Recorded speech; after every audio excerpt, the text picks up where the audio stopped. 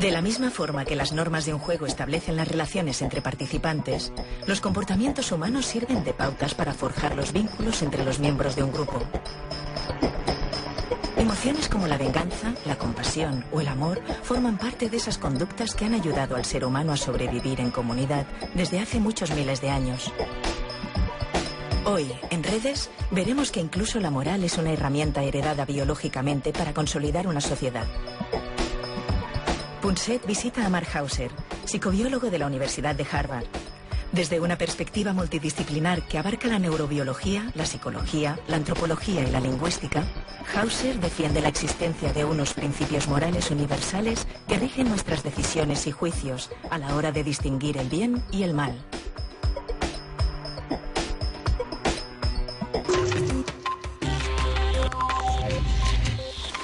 Bueno, en estos tiempos en que se cuestiona tanto la religión, ahora resulta que uno de los científicos más prestigiosos de Harvard, un gran biólogo, Mark Hauser,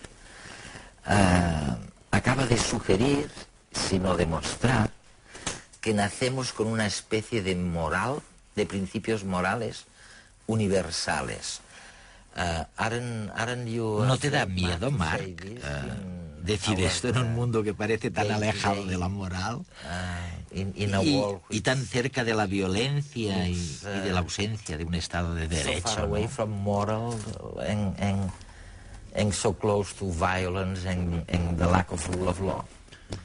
No, creo que no me da miedo, porque en cierto modo lo que estoy diciendo no es que la gente no tenga que creer en la religión, sino más bien que las principales fuentes de nuestros juicios morales no proceden de la religión, de modo que esta también tiene cabida.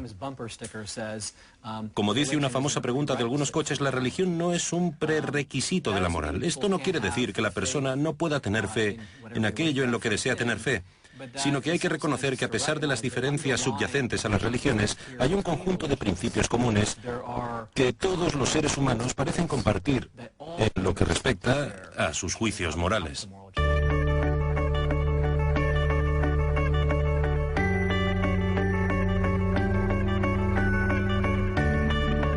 Todo ser humano llega al mundo con unas capacidades de convivencia, tiene capacidades de solidaridad, de agresividad, de competición, de ayuda, y todas ellas le sirven para sobrevivir. Entonces, todas estas capacidades se pueden hacer surgir con un simple juego de pelota.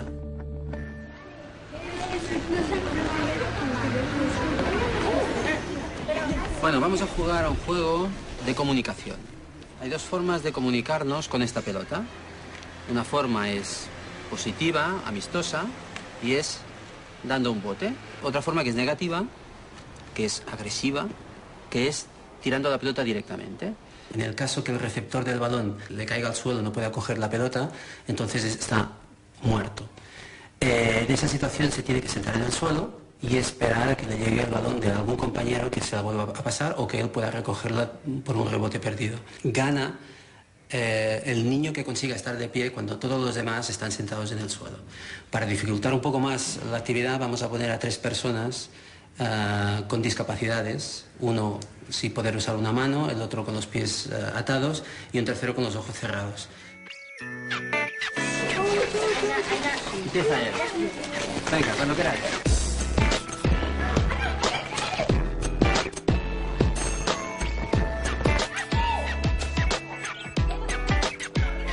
Todos estos comportamientos que vemos son comportamientos universales que tienen una base genética, pero que se desarrollan en cada uno de los individuos de un grupo de manera diferente, según la experiencia, según su predisposición, según lo que han vivido. ¿Qué harán los niños en el campo de juego? ¿Se ayudarán? ¿Se traicionarán? ¿Tendrán compasión de los más débiles? ¿Se vengarán unos de otros? Las conductas más universales se reflejan en la simplicidad de este experimento.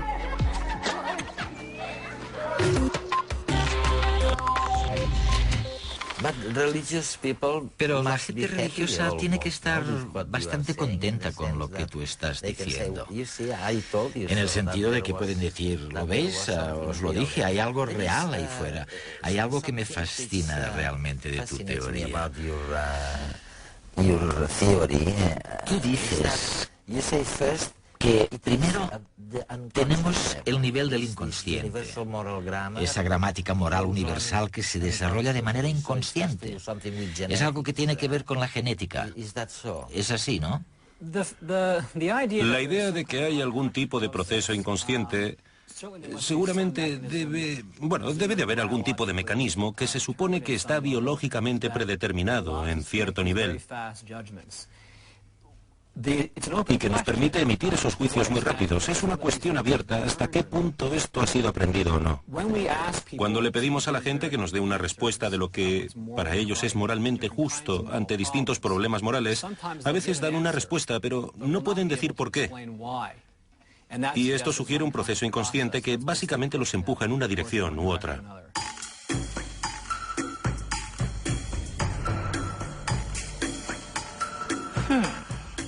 ¿Por qué nos es a veces tan difícil explicar la razón de nuestros actos?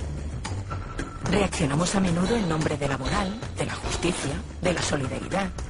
Pero en realidad, apenas conseguimos razonar nuestras decisiones. Por los circuitos que configuran nuestra mente, transitan mensajes de agresividad, compasión, venganza, simpatía. Emociones como estas orientan la conducta humana, a menudo fuera de nuestra experiencia consciente. Junto a las emociones, estaríamos provistos de un instinto, también inconsciente, que nos ayudaría a diferenciar una acción justa o moral de otra injusta o inmoral. Otra cosa es lo que tú dices de que algún tipo de moral, algunos de estos principios morales, son compartidos con el resto de los animales. Hay algo darwiniano en este planteamiento. Procede de la selección natural de hace millones de años. Otros, en cambio, son específicos de nuestra especie. ¿Cómo explicas eso? Creo que en algunos experimentos y observaciones que se han hecho con animales salvajes o en cautividad, ocurre lo mismo que con los humanos. Los animales a veces deciden cooperar. Por ejemplo, un animal puede cooperar con otro para cazar, para capturar una presa. Tenemos muestras de cooperación, de altruismo, de reparto de la comida. Tenemos animales donde después de una lucha entre uno subordinado y otro dominante, se abrazan para reconciliarse y tranquilizar a todo el mundo, para que los niveles de estrés no suban. Es lo mismo que vemos en las sociedades humanas. En cambio, hay cosas que parecen ser únicamente humanas. Por ejemplo, la capacidad de correspondencia. Yo te doy algo a ti hoy y dentro de un tiempo tú me lo darás a mí. Es algo bastante común en las sociedades humanas, pero es una capacidad que no vemos demasiado en los animales. Sugiere que a los animales les cuesta ser pacientes. Por ejemplo, si yo te doy algo, tengo que esperar a que tú me lo devuelvas. A los animales, en cambio, parece que les cuesta controlar su impulsividad. ¿Por qué dicen algunos que los animales no pueden sentirse culpables? Quiero decir, el sentimiento de culpabilidad. ¿Es cierto que ellos no pueden sentirse culpables del daño que han hecho?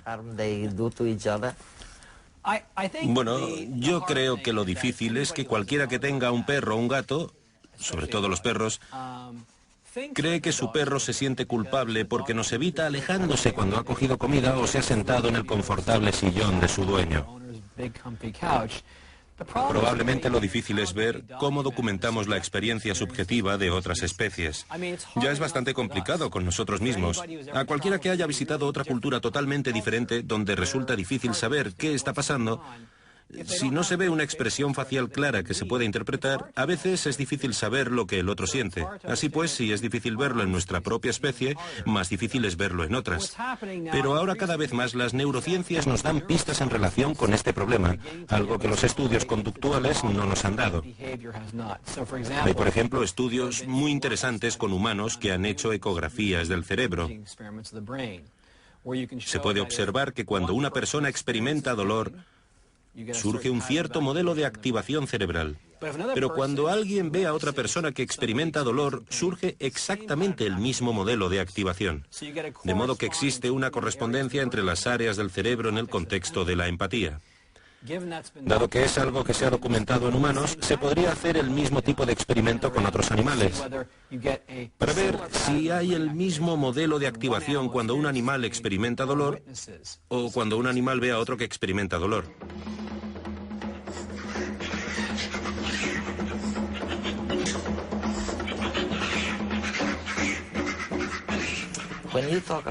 Cuando tú hablas de ciertos componentes básicos en los animales compartidos con nosotros, resulta que uno de esos componentes tiene que ver con el lenguaje. Cuando hablas de ese instinto moral universal, es algo muy parecido, ¿no? ¿Cómo lo relacionarías una cosa con otra? ¿Lo que ocurre con el lenguaje es similar con lo que ocurre con la moral, con esta moral universal? Bueno, la idea básica es que cuando Chomsky propuso la teoría por la cual se hizo famoso, la idea principal era la siguiente. Si nos fijamos en la adquisición del lenguaje en el niño, los estímulos que recibe son escasos comparado con las generalizaciones que hace. Es lo que Chomsky llama el problema de Platón. Como resultado, tenemos que inferir que el niño ha nacido con cierto tipo de capacidades innatas, en palabras del propio Chomsky, que le permiten hacer crecer el lenguaje, no aprenderlo, sino hacer crecer como, por ejemplo, nos crecen los brazos. Por ejemplo, hay una maduración biológica muy fuerte de los factores que preparan al niño para el futuro y que forman parte de lo que significa ser humano. Estos principios generales, o en este caso la gramática universal, forman parte de nuestra especie. Esta forma de pensar es una forma muy típica de pensar en la moral, porque al final todos los niños adquieren un sistema moral. ¿Cuál? Depende de su cultura, pero en todas las culturas parece haber ciertos tipos de principios que son universales.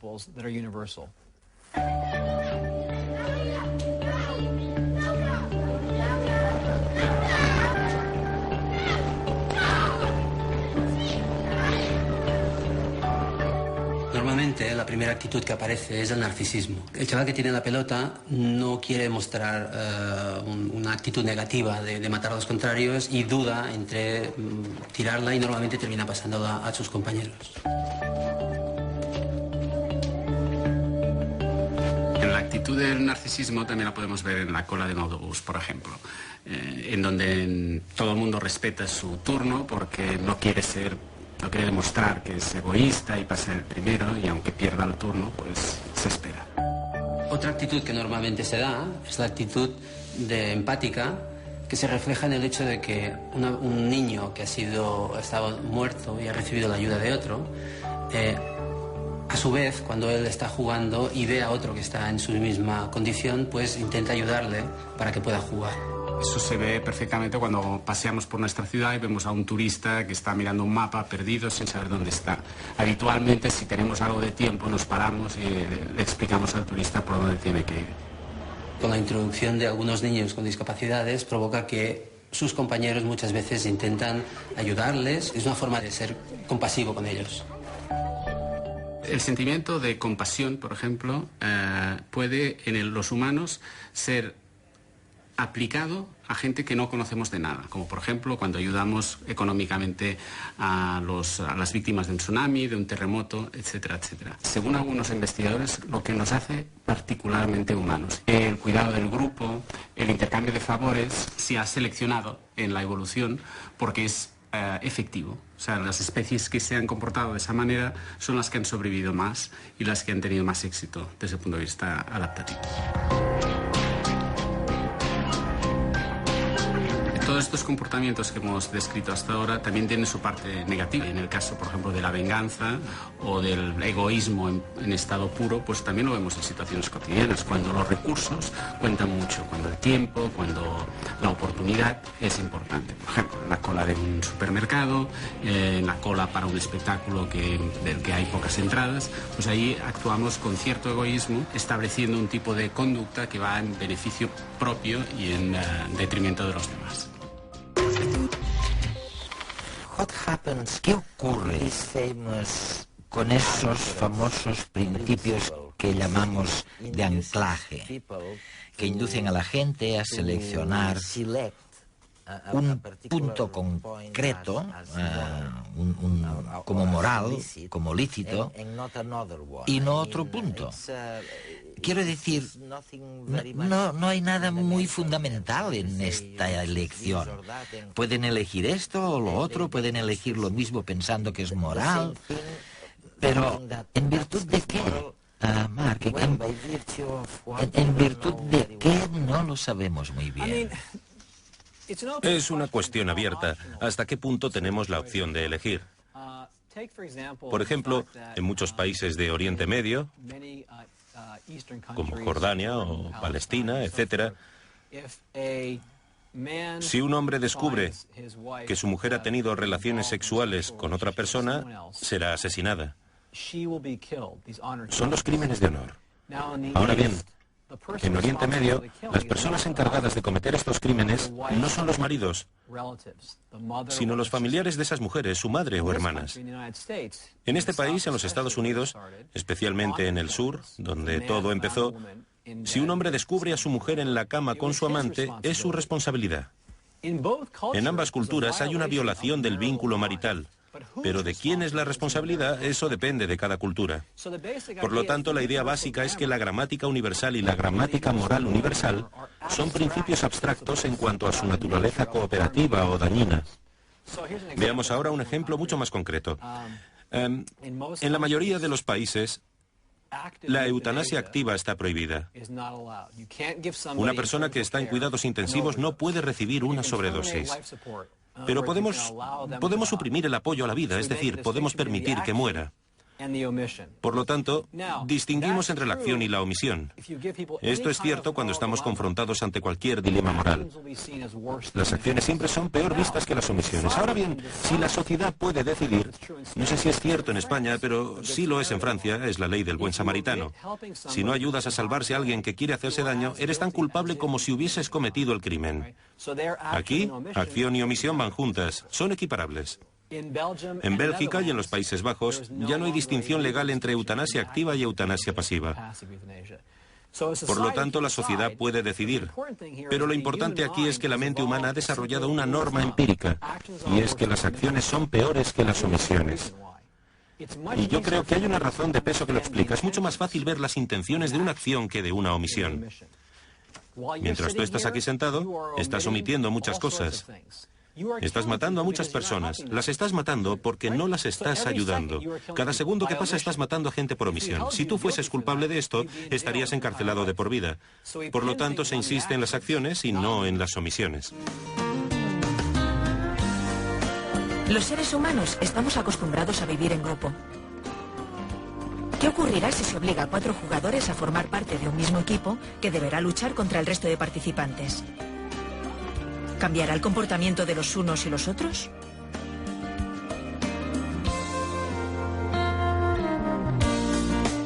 Bueno, ¿cuándo creéis que habéis matado más? ¿En la primera vez que hemos jugado, que no había equipo, o ahora que había ido?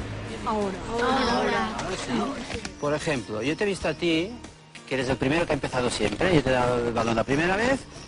¿Y qué has hecho la primera vez? Cuando hemos empezado. No, he pasado yo. ¿Has pasado? ¿Sí? ¿Y por qué ahora sí, antes no?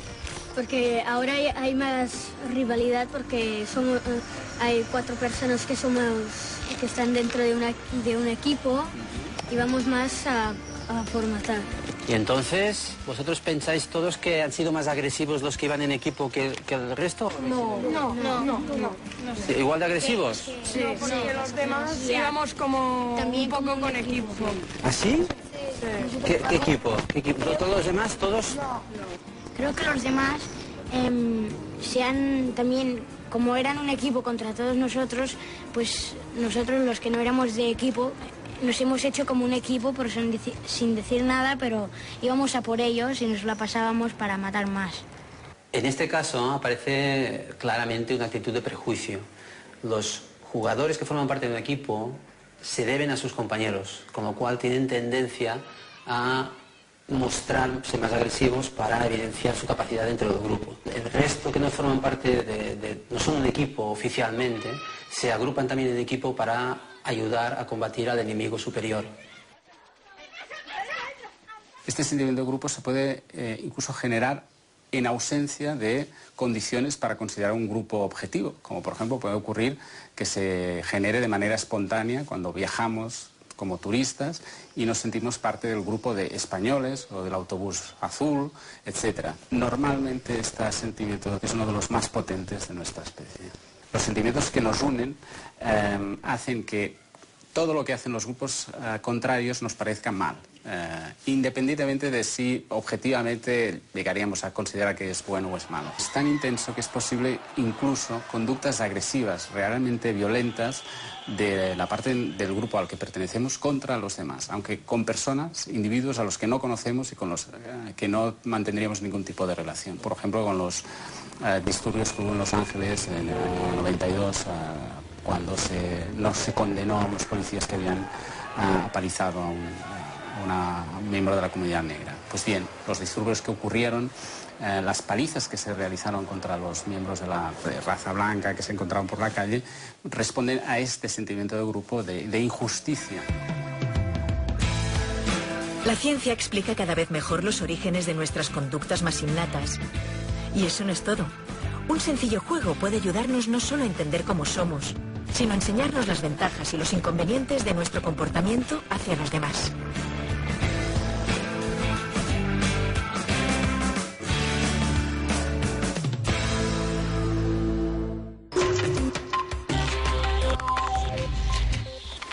Es fantástico, ¿no? Es fantástico pensar en el poder de estas normas sociales, ¿no? Los neurólogos ahora dicen que el cerebro decide en función de las creencias y no de lo que vemos. No decidimos en función de lo que vemos, sino de nuestras convicciones. Increíble. ¿Tú qué piensas? ¿Cómo podemos enmarcar todo eso con la moral universal de que hablabas? Innata. Una de las cosas que hemos empezado a hacer, y realmente es el resultado de lo que escribí en mi libro Moral Minds, es empezar a utilizar tecnologías en neurociencias para intentar identificar circuitos cerebrales que son cruciales en la toma de decisiones morales. Una línea de investigación que algunos ya conocen, de hace muchos años, el famoso caso de Phineas Gage, un hombre del siglo XVIII, un trabajador del ferrocarril que estaba manipulando hierro y este le atravesó los lóbulos frontales. Se levantó, parecía que estaba bien. Con el tiempo, perdió todas sus funciones sociales. Como han descrito los neurólogos, entre ellos Antonio Damasio, parece que cuando esta parte del cerebro, el lóbulo frontal, está dañado, perdemos una conexión entre nuestras emociones y nuestra toma de decisiones. Aunque todo esto parece cierto, resulta que cuando estamos confrontados a dilemas morales, para cierto tipo de problemas morales, esta zona es muy relevante, pero para otros muchos no lo es. Lo que sugiere es que para algún tipo de problemas morales, las emociones parecen ser irrelevantes. Se pueden tomar decisiones basándose en lo que alguien creyó, en lo que alguien intentó. Y parece que las emociones no desempeñan ningún papel. Pero cuando surge un dilema, cuando la acción causa daños a uno pero beneficia a muchos, surge el conflicto.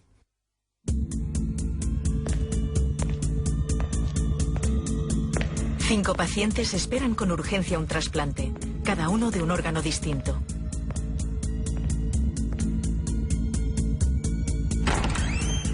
Entonces, un individuo en perfecto estado de salud llega al hospital a hacerse un análisis de sangre. ¿Mataríamos a este individuo para recuperar sus órganos y salvar la vida de los 5 pacientes a la vez? Puedo matar a una persona y salvar a 5. En tal caso, estos pacientes con el lóbulo dañado prefieren salvar a los 5. La repugnancia del daño no tiene demasiada importancia y se hace realidad el mayor bien en sentido utilitario. Los neurocientíficos están empezando a señalar cuáles son las estructuras importantes desde un punto de vista causal que nos permiten emitir juicios morales, creencias, emociones, intenciones, etc. Y tú dices, no siempre son las emociones. Sí, yo creo... Bueno, pero esto es una visión un poco radical. Creo que no todo el mundo está de acuerdo conmigo. Yo creo que gran parte de nuestros juicios morales se hacen antes de las emociones. En cierto modo, las emociones siguen a los juicios morales. en lugar de precederlos. Y esta es una visión nueva. Es la visión radical, sí. Pero veamos la psicopatía. Por ejemplo, los psicópatas. Son gente que hace cosas malas, que matan a otros. La interpretación clásica es que tienen un déficit emocional. Debido a este déficit emocional, ellos no saben lo que está bien o mal. Pero hay una interpretación alternativa. Ellos saben lo que está bien o mal, pero como carecen de las emociones necesarias, no pueden evitar hacer lo que está mal.